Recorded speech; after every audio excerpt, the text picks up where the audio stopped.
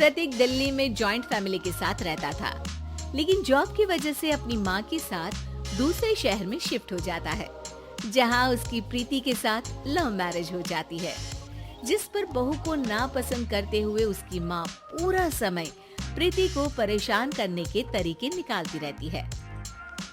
प्रीति, कहाँ हो? सुबह का नाश्ता दोपहर में खिलाओगी क्या? इसमें प्रीति और प्रतीक ऑफिस जाने के लिए तैयार हुए कमरे से बाहर आते हैं, जिसे देख सास प्रीति पर भड़कने लगती है। महारानी, तुम सुबह सुबह तैयार होकर घर का सारा काम छोड़कर कहाँ चल दी? जी वो ऑफिस। हैं? तुम ऑफिस जाओगी तो घर में जो सफाई, नाश्ता, खाने का काम है वो क्या मैं करूंगी? माँ, मैंने उससे वादा किया था कि वो जॉब कंटिन्यू कर सकती है। अरे वाह जी वाह, दोनों आपस में सलाह कर फैसले ले लिए। मैं क्या यहाँ बेवकूफ बैठी हूँ? मुझसे पूछना किसी ने जरूरी नहीं समझा? मम्मी, आप फिक्र ना करें, मैं आज ही रेजिग्नेशन दे दूंगी। प्रीति ऑफिस के लिए चली जाती है और अगले दिन से जॉब छोड़ घर के कामों में लग जाती है, लेकिन साथ ही उदास भी रहने लगती है, जिसे देख प्रतीक को अच्छा नहीं लगता। मुझे पता है तुम्हें अपनी जॉब कितनी पसंद थी। आई एम सॉरी प्रीति। अरे कुछ नहीं होता, बस मम्मी खुश रहनी चाहिए। अब प्रीति अपनी सास को खुश करने और उनका दिल जीतने की जी तोड़ कोशिश करती रहती है, पर सास कभी उससे सीधे मुंह बात तक नहीं करती। इसी तरह दिन बीतने लगते हैं। एक शाम प्रतीक ऑफिस से परेशान घर वापस आता है। माँ, चाची का फोन आया था। दादी की तबीयत बहुत खराब है, हमें दिल्ली जाना होगा। पति की बात सुन प्रीति तो पैकिंग शुरू भी कर देती है, पर माँ वहीं बूत बनी खड़ी रह जाती है। लगता है मम्मी अपनी सास से बहुत प्यार करती हैं, तभी उनके बीमार होने की खबर सुन शॉक में आ गई। ये प्यार नहीं, परेशानी है। तुम तो ऐसे सोचो कि अब से जब तक दिल्ली में हो तुम्हारे अच्छे दिन शुरू। अच्छा, ऐसा क्या है दिल्ली में? वो तुम्हें कुछ ही घंटों में पता चल जाएगा।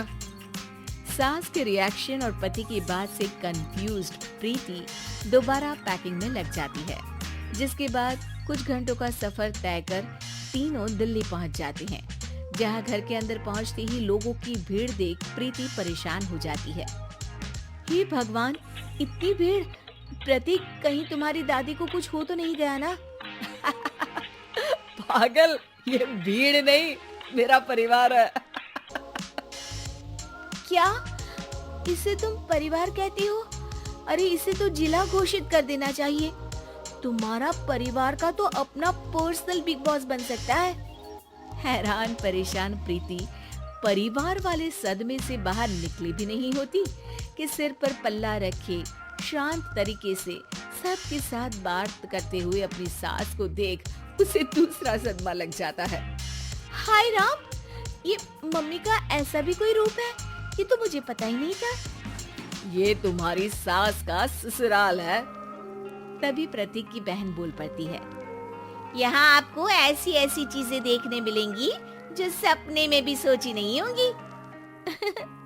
हाँ, ये कुछ दिन तो बहुत इंटरेस्टिंग लग रहे हैं। सब एक साथ दादी के कमरे में जाते हैं, जहाँ पहुँचते ही उसे दादी की आवाज सुनाई देती है। क्यों रे, सास से मिलने की फुर्सत मिल गई? दूसरे शहर जाकर छूट क्या मिली? तुम तो भटकता पंछी बन गई। इतने समय में ये तक नहीं पूछा कि जिंदा भी हूँ या मर गई। प्रीति की सास अपनी सास के पैर छूती है। अरे कैसी बात कर रही है मम्मी, आपको तो मेरी उम्र भी लग जाए। अरे बस कर, ये झूठी उम्र देने वाली बातों का दिखावा ना कर। तेरा बस चले ना तो जो मेरी बच्ची कुच्ची जिंदगी है वो भी अभी खत्म कर दे। अरे बहू कहाँ है? इस पर सास प्रीति को दादी से मिलवाती है। दादी प्रीति को बहुत प्यार देती है। क्यों बहू, तेरी ये सास परेशान तो नहीं करती ना? अगर करती है तो अभी बता दे, मैं इसकी क्लास लगा दूंगी। अरे कैसी बात कर रही है माँ जी, भला मैं क्यों किसी को परेशान करूंगी। प्रीति अपनी सास का ये रूप एंजॉय कर ही रही होती है कि तभी चाची वहाँ आकर प्रीति को अपने साथ ले जाती है। सास की क्लास लगते देख जो खुशी मिल रही थी वो तुम्हारे चेहरे से साफ पता चल रही थी, इसीलिए ले आई, क्योंकि अगर उन्हें पता चल जाता तो तुम्हारी खैर नहीं थी। थैंक यू चाची जी। चाची और प्रीति घर में झूले पर बैठी बात कर ही रही होती है कि उसकी सास भी वहाँ आ जाती है। मतलब यहाँ सारा काम मैं करूँ और तुम बैठी हंसी ठिठोली करो? अरे चलो जाओ खाना बनाओ। सास प्रीति को डांट कर काम करने भेज देती है, जिसे दादी देख लेती है और एक बार फिर सासू माँ की क्लास लग जाती है, जिसे पूरा परिवार मजे से खड़ा होकर देखने लगता है। क्यों रे, मैंने तुझे काम बोला और तू उस बच्ची को परेशान कर रही है। सास की कोई इज्जत रह गई है इस घर में या नहीं? यहाँ खुद की सास होते हुए भी ज्यादा बड़ी बन रही है। अब नहीं मम्मी जी, मैं तो बस थोड़ी मदद के लिए बोल रही थी। सास रसोई में जाकर काम करने लगती है और दादी प्रीति को लेकर वहाँ से चली जाती है। इसी तरह एक हफ्ता बीत जाता है, जिसमें दादी अपनी बहू को डर, इज्जत और प्यार का फर्क समझाती रहती है और प्रीति उसका मजा लेती है। वापस जाते हुए दादी प्रीति और उसकी सास दोनों को अपने पास बुलाती है। मेरी बहू जिद्दी और अड़ियल है, इसलिए उससे हमेशा सही काम करवाने के लिए मुझे सख्ती करनी पड़ती है। लेकिन तुम्हारी बहू अच्छी है, तेरी खुशी के लिए वो अपनी जॉब और सपने भी छोड़कर घर में बैठी है। अपनी बहू के साथ प्यार से रहो।